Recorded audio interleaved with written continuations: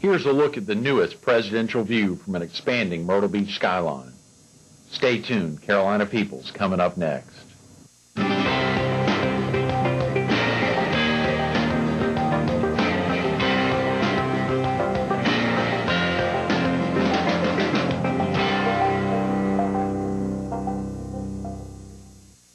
Good morning. Welcome to Carolina People. This morning we're in the presidential suite on the top floor of the newly opened Radisson Plaza Hotel, Myrtle Beach Convention Center. We're focused on the Cat Ball, scheduled to happen here on February 1st, and we're visiting with Harry Pavilack, an attorney here in Myrtle Beach and the founder and president of Save Our Cats International. Good morning, Harry. Thanks so much for being with us this morning. Thank you. Good morning. Incredible opportunity to highlight the Cat Ball, which will be happening almost a week from now here at the new Radisson Plaza Hotel. They've been so active already, helping some great local charities. The American Heart Association is having their Heart Ball here on February 22nd, which we'll be talking about tomorrow. But wanted to have the opportunity to highlight not only your involvement with Save Our Cats, but the Cat Ball, and a little bit about yourself. Are you originally from the area? Originally, I'm from Pittsburgh, Pennsylvania, and I also lived in Wheeling, West Virginia. And I was recruited from there to go to Clemson University, where I played football and baseball. And I've been here in South Carolina ever since, so I feel like I'm from South Carolina for my whole life. That's probably something a lot of people don't know about you, Harry, is your involvement with, I know a lot of people know you as a tennis player and a tennis star, but your early, I guess, passion was with football and baseball. Football and baseball. In my early years, in fact, my father wanted me to quit college and sign with the Cleveland Indians at one time when I was right out of high school, but I told him I wanted to go to college instead, so one thing led to another, and I'm sitting in this chair. Listen to that. It's normally the opposite. A kid wants to go play ball, and a dad saying, you need to go to school, but it happened the other way around. How about your practice in Myrtle Beach? How long have you been practicing in Myrtle Beach? I've been here about 30 years practicing law, and we also have a real estate company. How about your practice and its expansion over the years and its change, and surely the real estate company? Have you been involved in real estate since you got here? I've been involved in real estate since the 70s in a company called Pavilack Realty and Rental Corporation. And as far as the law firm goes, we started with one lawyer and myself, and now we have 12 lawyers. It just expanded from one thing to another as Myrtle Beach progressed. Sure, sure. How about your affair with cats, or your involvement with cats? Can you talk real quick about how long you've been involved in treating stray or feral cats, and what caused you to form Save Our Cats International? I always liked cats my whole life, but I was never really involved with them too much. My wife started getting some cats one way or another. I don't know, somehow we got a few cats out of New York City, and one day I went to the U.S. Open, and I was coming back from the Open that night, and I saw a cat sitting there on the side of the road, and he looked like he was in trouble, malnourished, and things like that. So I took the cat, got him a bag, bought him a ticket on the airplane, and brought him back to Myrtle Beach. And the cat's in our house right now, and he turned out to be a real good cat. But the Save Our Cats was really started last summer.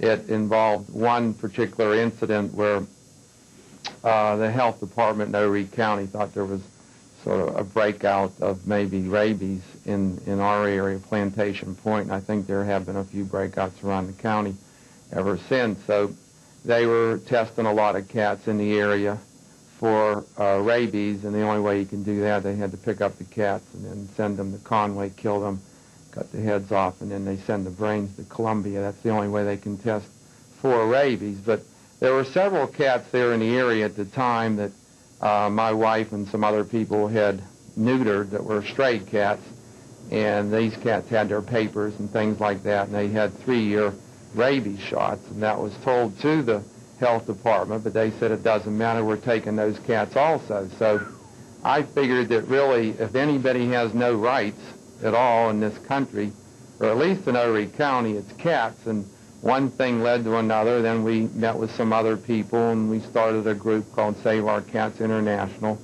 and now we're moving along, and we're going to have the big cat ball Saturday night, February 1st, at the new Radisson. And so far, I think we've made a lot of progress, and we have people in our organization from not only Horry County, but other states. And actually people around the country and around the world have contacted us. We have a website on the internet called SaveOurCats.com, and we're trying to work for cats only. Naturally, I think some of our efforts will also help dogs and maybe some other animals, but I really think cats are at the bottom of the totem pole, and we're trying to do something about it. Can we talk real quick about the difference between stray and feral cats, and how can you tell one from the other?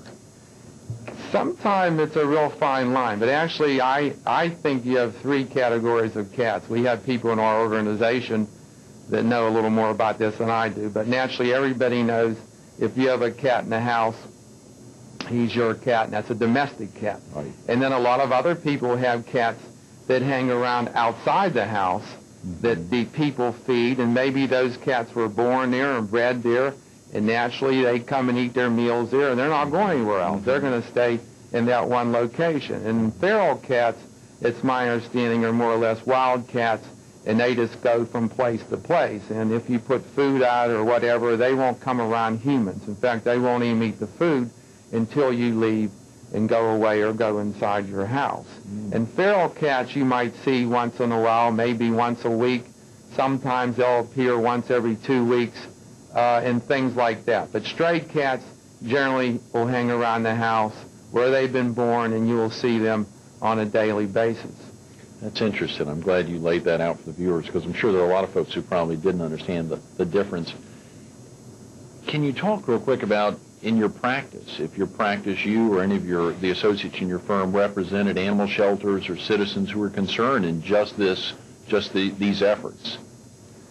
Not really too much. I mean, we've had calls over the years about people that, have had their cats killed or animals or something like that, but we really don't get involved in that too much as far as the law firm goes.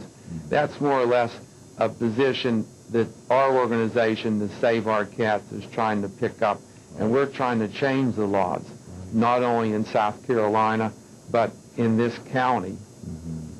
Are there organizations similar to Save Our Cats in other states or in other areas? My understanding, there are. If you check the internet, you can find a lot of organizations similar to ours. I know in Ohio lately, I think Akron, Ohio, they had people marching down the street for similar things that we're talking about. And the one main issue are these wild cats where they have neuter buses and things like that, which we're trying to do. We can pick up wild cats, neuter them, and then put them back out where they came from. But the health department here says that if we pick up cats that are wild, we have to keep them. If we put them out again, that we're violating the law, and we're not going to do anything to violate the law. So we have our group going now before County Council in Conway, and they're going before the Public Health Department. I think there's a meeting this afternoon, and we're trying to either clarify or change the laws in this county. When you talk about those laws, how do the Horry County Animal Control ordinances restrict your efforts to trap, neuter, and return stray and feral cats to their habitat? From our research, the law in this state is controlled on a county-by-county basis. And the gentleman that runs the Horry County shelter on Highway 90, he said his position is, he told that to one of the reporters from the Herald that came to our meeting. We have a meeting every Thursday, that if we pick up cats, fix them, and put them back out, as far as he's concerned, we're violating the law in this county. So we're trying to clarify that law, and actually we're trying to change that. We have people in our organization that have worked on neuter buses. They're called neuter buses in different cities, like Orlando.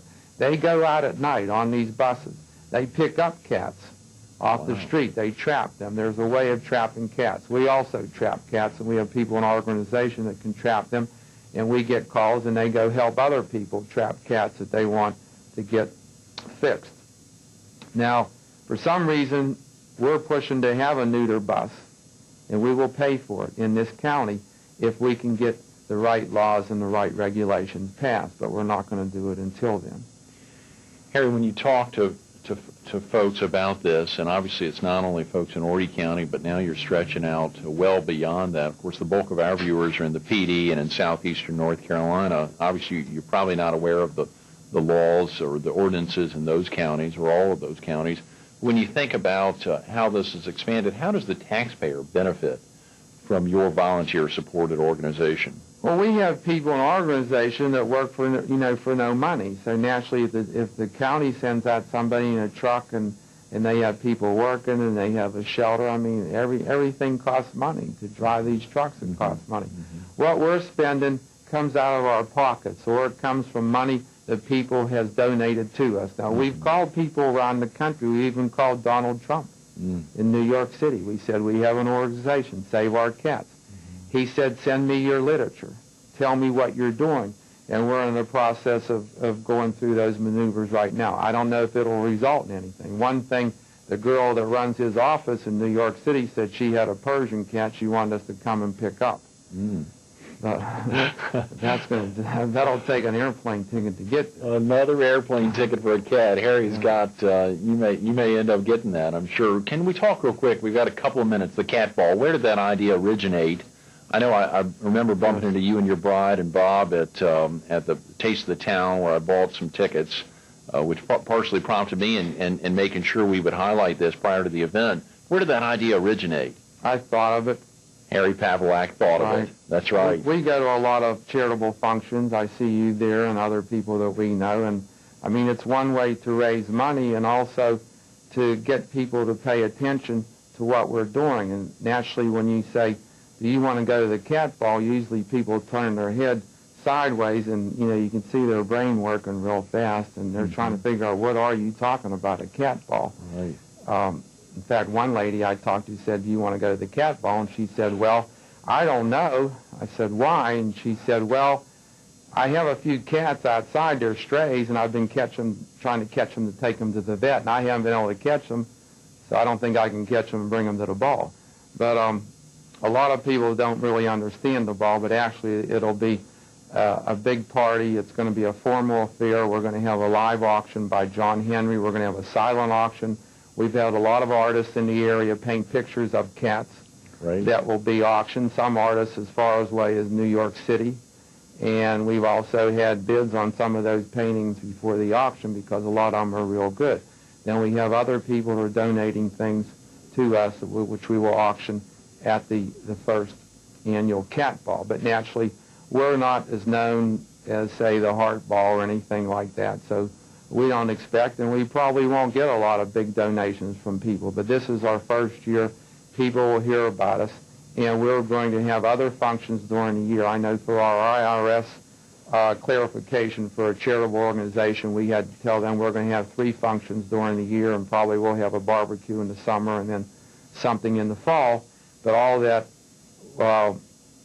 we'll notify our people and have notices in the newspaper and things like that. That's wonderful, Harry. I wanted to ask one last question. If you weren't currently an attorney here in Myrtle Beach or the president of Save Our Cats International, what do you think you'd be doing?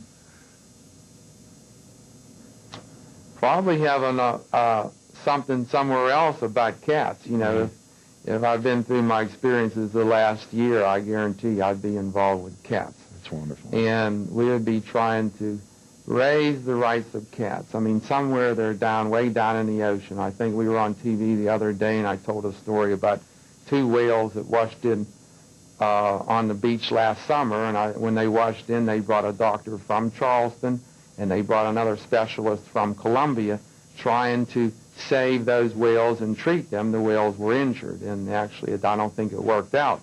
But if 2 cats washed in on some kind of board and they were injured, I know what would happen. The cats would go straight to Conway and they would be killed. Now, we're trying to raise the rights of cats. I know also, I mentioned on another program that I've eaten in Cairo, Egypt, in a fairly nice restaurant, and cats run through the restaurant. Cats even come on your table where you're eating, but they have a different outlook as far as cats go in some of these foreign countries than we do in this country. But we're not trying to change the whole world. We're not even trying to change the country. We're just trying to work on this one little place where we live, Horry County in Myrtle Beach. A man who's truly dedicated to cats, who would be helping cats whether he was an attorney in Myrtle Beach or not. He has the ability to get out and do just that. The Cat Ball, February 1st, here, Radisson Plaza Hotel, Myrtle Beach Convention Center. We'll hear more from Margie Dowling in a minute about how you can get tickets. Thanks again, Harry, for being with us. Stay tuned to more Carolina People coming up next.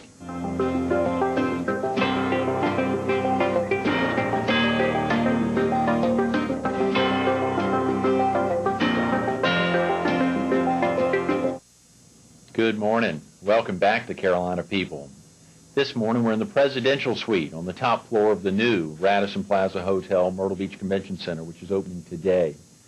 We're focused on the Cat Ball, which will be held here on February 1st, and we're visiting with Margie Dowling, a member of the board of directors of Save Our Cats International. Good morning, Margie. Thanks so much for being with us this morning. Thank you. Incredible opportunity to highlight the Cat Ball, and just having had Harry on to talk about Save Our Cats International and the original purpose behind the group. Surely wanted to have you on to help follow up and to talk a little bit about one thing I hadn't asked Harry, which was where someone could buy tickets if they were interested in attending. Okay, now they can call Harry's office at any time. They ask for Karen Barber. Her extension is 123. She will be most happy. Also, if they would like to call Karen regarding tickets or selling some tickets. And also, we were, if someone wants to donate something to us or wants to do some volunteer work, we certainly would welcome them to do that. Great, great. Well, we're just over a week from the event, so the opportunity is upon them. Yeah, and it's if they want to get in there or buy the tickets, and the tickets are $50 each? Yes, they're only great. $50 each, and we have a lot to offer. We have a sit-down dinner. We have an auction by John Henry. We're also going to have a silent auction. We'll have music. It will just be great. It's a black tie affair. It should be. Probably one of the least expensive black tie events anywhere in South Carolina. Yes, and for a great cause. Absolutely. Can we talk real quick about yourself? Are you originally from the area? No, I'm originally from Huntsville, Alabama. I've been here for a long time. You have family here in the area? No, I don't have family here. My mother lives in Alabama. She does travel extensively. In fact, right now she's in Paris. She's looking at the new Givenchy collection in Paris. Ooh, wow. How did you find out about the Save Our Cats International Fund? I have a dear friend that I went to real estate school with many years ago. His name is Eric Ribera, and he has Cotton Mortgage Company here in Myrtle Beach, and he knew that I had an interest in cats, so he contacted me. He's a good friend of Harry's, and he knew that I would like to work with this group, which it has really been a pleasure working with. Absolutely, absolutely. Do you work with other charitable groups here in the area? I have before. Cats really are something that very close to my heart. I have many close friends who are also devoted to their cats. I know that there is a lady that works with my husband who is Pat Dowling. Her name is Laurie Busey. She has a wonderful cat named Miles. She's absolutely devoted to Miles. She is. Yes, I know she Laurie is. well. I think when I think about Laurie, I actually have her in my phone book as Laurie and Miles Busey. Oh, yes. The two of them are a great team, and she's a close friend.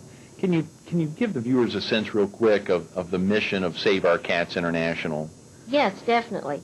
We have been in touch with many organizations. If you go on a website and you look for feral cats, you will find maybe 50 organizations. We do not have a plan in place in Myrtle Beach at present. So our goal is to trap, neuter, release feral cats. It will show the people who, are looking at cats. The ears will be tagged. With the tagging of the ears, that will explain to them that these cats have been taken care of. They have been inoculated. They have been neutered. And the population is controlled by doing such a process. And I know Harry talked earlier about what is a feral cat or explaining a feral cat. Can you just give it again real quick? Sure. Because he was explaining the difference between domestic and stray and feral. But for viewers who may not be totally familiar with what that means. Yes, of course, a domestic cat is a cat that lives inside. Now, I have two cats. They're domestic, but they also go outside. Now, a stray cat is a cat that maybe somebody dropped somewhere. That cat is usually a cat that will come to you if it's coaxed. If you have food there, that cat will usually come to you, even though you're standing there.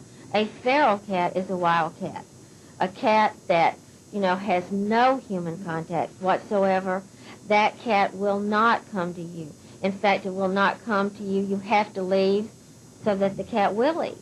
These cats don't really even come out in the daytime. They usually come out at night. That's amazing. Have you been involved with other organizations that deal with the trap, neuter, release, treatment No, of this cats? is new for me. A real learning experience. And I have really learned a lot. And when someone talks about trap, neuter, return, or trap, neuter, release, what exactly does that mean? That means that feral cats, who are wild cats, who have no rights, as Harry says, they're there, they really don't have any rights. The trap, neuter, release program is somewhere they will be humanely trapped, they will be taken, neutered, taken care of safely, and then released back out. Have some of those other, I know you said you had been involved in other organizations. You said you're aware of other organizations that do that, I believe, right? Right. Have they been able to lend assistance to you all as you've been getting Save Our Cats underway? They have been a tremendous support for us. In what way in particular? Well, they have worked to help us develop guidelines for our own program here to implement in Horry County and in Myrtle Beach. They have, been in touch with us if we needed any kind of support from them. Great. Obviously, the cat ball will be, since the Radisson Plaza Hotel is opening today for business, to think a little more than a week from today that the cat ball will be held here. This is one of the first big events. Has the Radisson been helpful in promoting the event? Oh, they have really been over backwards to help us. They have come to our Thursday meeting. They have tried to coordinate things with us. They have really been wonderful folks to work with. Can you give the viewers a little feel of what's going to happen that night on February 1st here? Oh, it's just going to be great. First of all, it will be black tie. We will have a sit-down dinner. We'll have a silent auction. We'll have a auction by Teddy Henry, a professional auctioneer. And also, one of the highlights I think is just so cute, and the committee's come up with, is the meow contest for the ladies. Ooh, wow, what is that? Tell us. Oh, it's going to be fun. The ladies will enter the meow contest there'll be some judges, I think 3 judges, to judge the meows, and the winner will receive $200. So let's say my date, and of course I don't yet have a date for the event, but if I did, she would have that opportunity to meow. How's she going to practice? I mean, Well, she'll just have to practice, Greg. You'll just have to say, hey, if you're going with me and you're going to be in the meow contest, you better start practicing. Say, I want that $200. That's right. So we can spend it on some silent auction items or some other auction items. How about guests that have purchased tickets for the ball? Do you know how many tickets have been sold? I think we have sold about 150 tickets. Okay. Now, we expect to sell 300 tickets. Great. Good. I think that goal should be met with an event. The first event, I guess, is really the first event at the Radisson Plaza Hotel. Yes, and I don't think that it'll be any difficulty to sell all those tickets. We've had a lot of people who are really interested in cats. And if a cat lover or someone who really hadn't had any experiences with cats but wants to learn more about cats had an opportunity to volunteer for the cat ball, could they still volunteer, and what would be some of the responsibilities that they could possibly assist? Absolutely. We'd love to have anyone that would like to volunteer. If they would like to be a hostess, seat people at tables, anything that we have many, many things that need to be done, and we would love to have more volunteers. We have a regular Thursday meeting, Harry's office, and it's always at 12 noon. If your viewers would like to come and be with us, we would be delighted to have them. Great. Can you talk real quick about some of the other folks that have been instrumental, some other board members that have a true passion for cats and helping feral with stray cats, some of the other board members for Save Our Cats International who've been out there really making this a quality group? Well, of course, one of our biggest board members is Mary Jane Pavilack, Harry's wife. She's just done a great job. We also have Karen Barber. She is a tremendous resource for us because she has been involved in a trap, neuter, release program. Then we have John Bonsinger, who is also working very closely with Karen. We've had a lady who is on our board. I can't recall her name, but she is with the Humane Society. We just have many, many members that do a tremendous amount of work. Mm-hmm. And the number again, was it 448-9471? That's correct. If someone wanted to buy tickets, and who would they want to ask for? They would ask for Karen Barber at extension 123. Okay, great. We're visiting with Margie Dowling, board member for Save Our Cats International, made a true commitment to cats at an early age, a lover of cats, has 2 of her own. Yes. Margie, thanks so much for being with us this morning. Thank you, Greg, for having me. Absolutely. 843-448-9471. Cat Ball, February 1st, right here. Stay tuned to more Carolina People coming up next.